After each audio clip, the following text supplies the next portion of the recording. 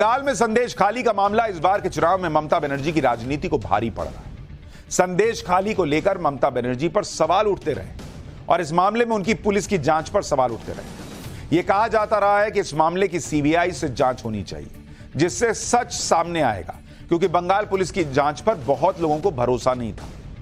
लेकिन जिस बात से ममता बनर्जी सरकार बच रही थी, वो आखिरकार उनके गले में आकर फंस गई, क्योंकि कलकत्ता हाईकोर्ट ने संदेश खाली मामले की अब सीबीआई जांच का आदेश दे दिया है।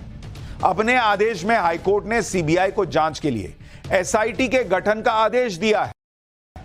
सीबीआई की एसआईटी की टीम कोर्ट की निगरानी में जांच करेगी और पूरे मामले की रिपोर्ट सौंपेगी। सीबीआई की टीम संदेश खाली की महिलाओं द्वारा लगाए गए सभी आरोपों की जांच करेगी, जिसमें गैंग रेप, यौन उत्पीड़न, जमीन हड़पने और जबरन वसूली के मामले शामिल हैं। यह मामला अब पहुंच गया है सीबीआई के हाथ में। संदेश खाली मामले में सीबीआई जांच की मांग हो रही थी, लेकिन जब तक राज्य सरकार न चाहे तब तक सीबीआई जांच नहीं हो सकती।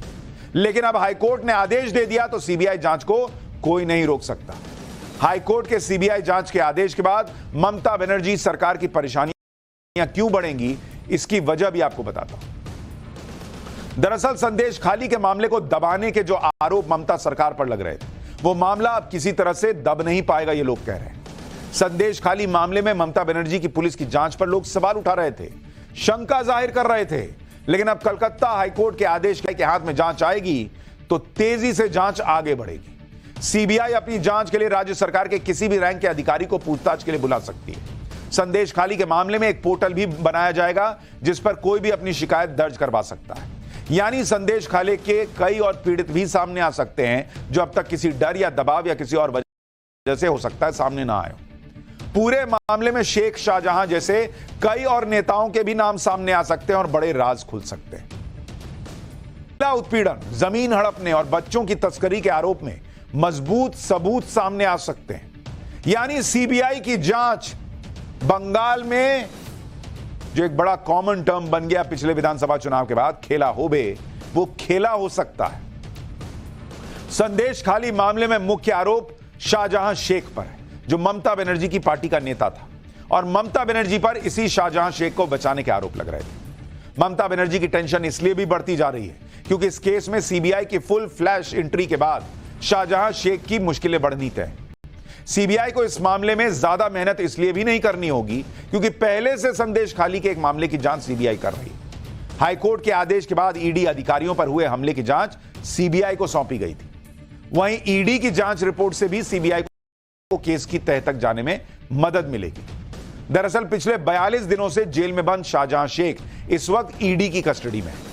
पूरे मामले में अभी तक संदेश खाली के 18 आरोपियों की गिरफ्तारी हो चुकी है, जिसमें शाहजहां शेख के साथी उत्तम सरकार और शिबू हजारा भी।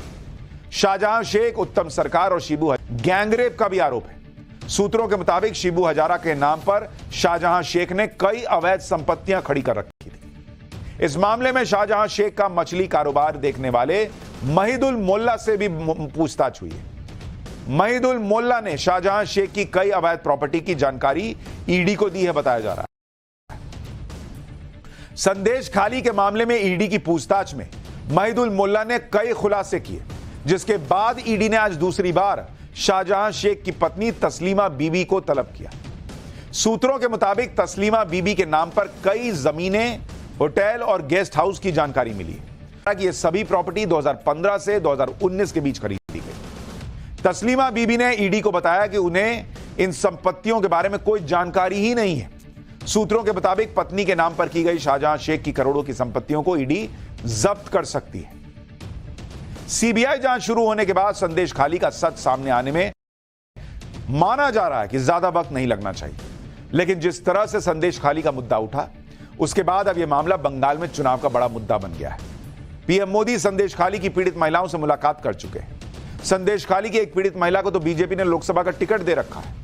बंगाल में पीएम मोदी भी अपनी रैलियों में संदेश खाली पर और आज गृह मंत्री अमित शाह भी बंगाल में थे। उन्होंने भी संदेश खाली के मामले पर ममता सरकार पर निशाना साधा।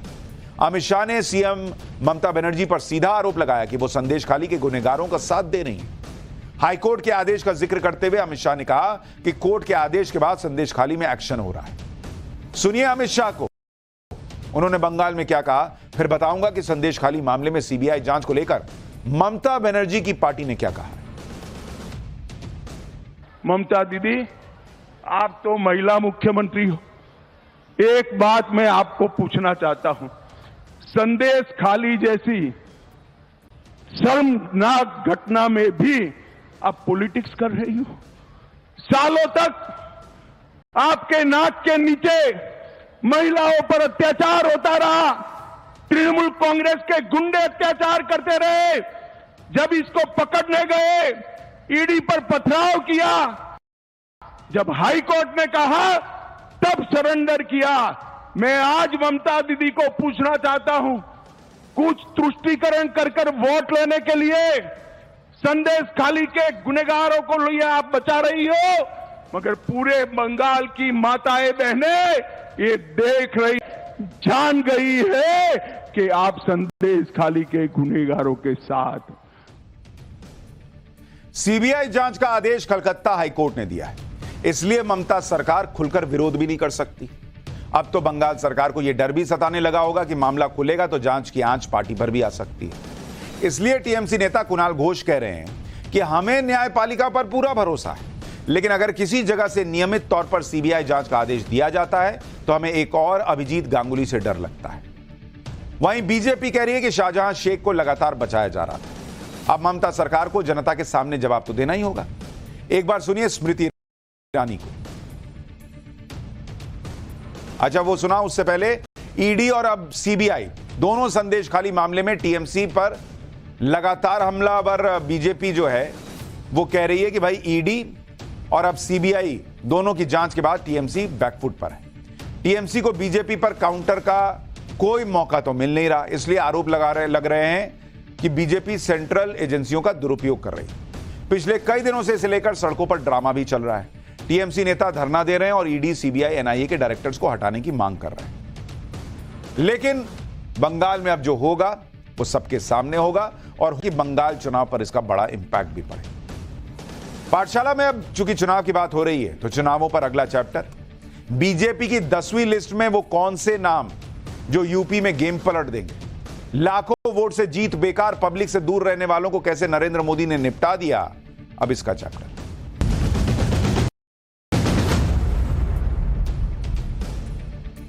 नरेंद्र मोदी चुनावी लड़ाई में अपने नाम और काम से सिर्फ विपक्ष को ही नहीं निपटाते, अपने सांसदों को भी निपटा देते हैं जो नरेंद्र मोदी के नाम पर जीत तो लाखों वोटों से जाते हैं लेकिन फिर पब्लिक से दूर हो जाते हैं। ऐसे नेताओं को फिर टिकट मिलना मुश्किल हो जाता है। बीजेपी की नई लिस्ट में ऐसा ही हुआ, जिसमें कई बड़े बड़े चेहरों का टिकट कट गया बॉस और नए लोगों को मौका दिया गया है।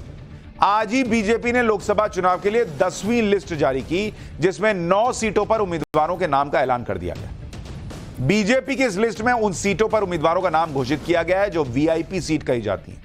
पहले आप यह देखिए कि बीजेपी की 10वीं लिस्ट में किसे कहां से टिकट मिला है। बीजेपी की 10वीं लिस्ट में उत्तर प्रदेश की 7 सीटों पर कैंडिडेट घोषित किए गए। बंगाल की 1 सीट पर कैंडिडेट का ऐलान हुआ है। चंडीगढ़ सीट पर भी उम्मीदवार का नाम जारी कर दिया गया। इन 9 सीटों पर किसे टिकट मिला, सुनिए, बड़ा दिलचस्प है यह भी। दरअसल पहले आपको यूपी का हिसाब बताता हूं। यूपी की मैनपुरी से जयवीर सिंह ठाकुर को टिकट दिया गया है। इलाहाबाद से नीरज त्रिपाठी को टिकट मिला है। बलिया से नीरज शेखर को टिकट मिला। इसके अलावा से पारसनाथ राय को टिकट दिया गया है। मछली शहर से बीपी सरोज को टिकट दिया गया। फूलपुर से प्रवीण पटेल का नाम है। कौशांबी से विनोद सोनकर चुनाव लड़ेंगे। बंगाल के आसनसोल से एसएस आहलूवालिया को टिकट मिला है। चंडीगढ़ से संजय टंडन चुनाव लड़ेंगे। हो सकता है इनमें से कुछ नेताओं के नाम आपने पहली बार सुने, लेकिन जिनके नाम कटे उनके नाम तो आप कई बार सुन रहे होंगे। इन 9 सीटों पर बीजेपी ने किस किस का टिकट काटा और किसे फिर से रिपीट किया है वो भी सुनिए। चंडीगढ़ में 2019 में किरण खेर जीती थी, लेकिन इस बार किरण खेर का टिकट कट गया।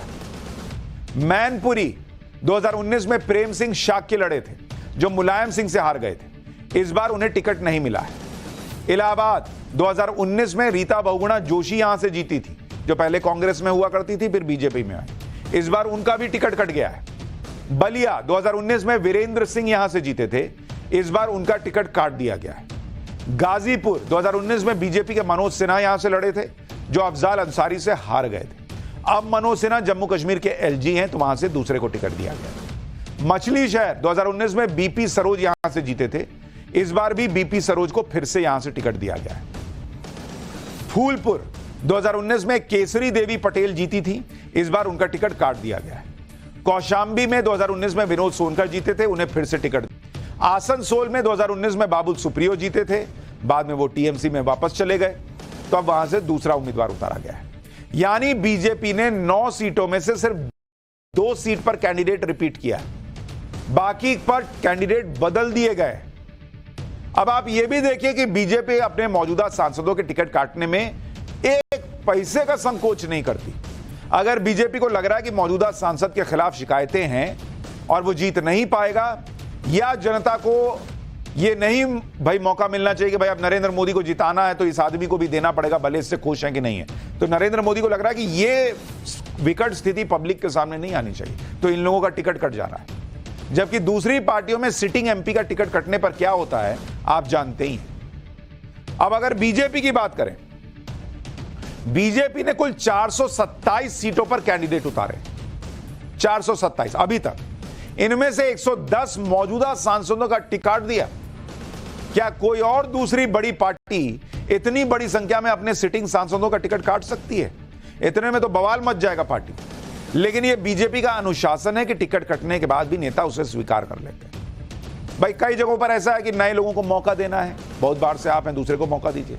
कई जगह फीडबैक अच्छा नहीं है तो उनका टिकट कट रहा है। अगर सीटों की बात करें तो यूपी में जिन सीटों पर सबकी निगाहें टिकी हैं उनमें मैनपुरी सीट भी शामिल है। मैनपुरी समाजवादी पार्टी की पारंपरिक सीट है और यहां मुलायम परिवार का दबदबा रहा है। बीजेपी ने मैनपुरी से जयवीर सिंह ठाकुर को टिकट दिया, जो अखिलेश यादव की पत्नी डिंपल यादव को चुनौती देंगे। तो मैनपुरी की लड़ाई को समझिए जरा।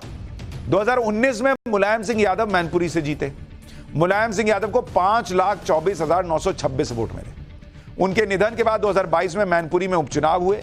डिंपल यादव को समाजवादी पार्टी ने उपचुनाव में टिकट दिया।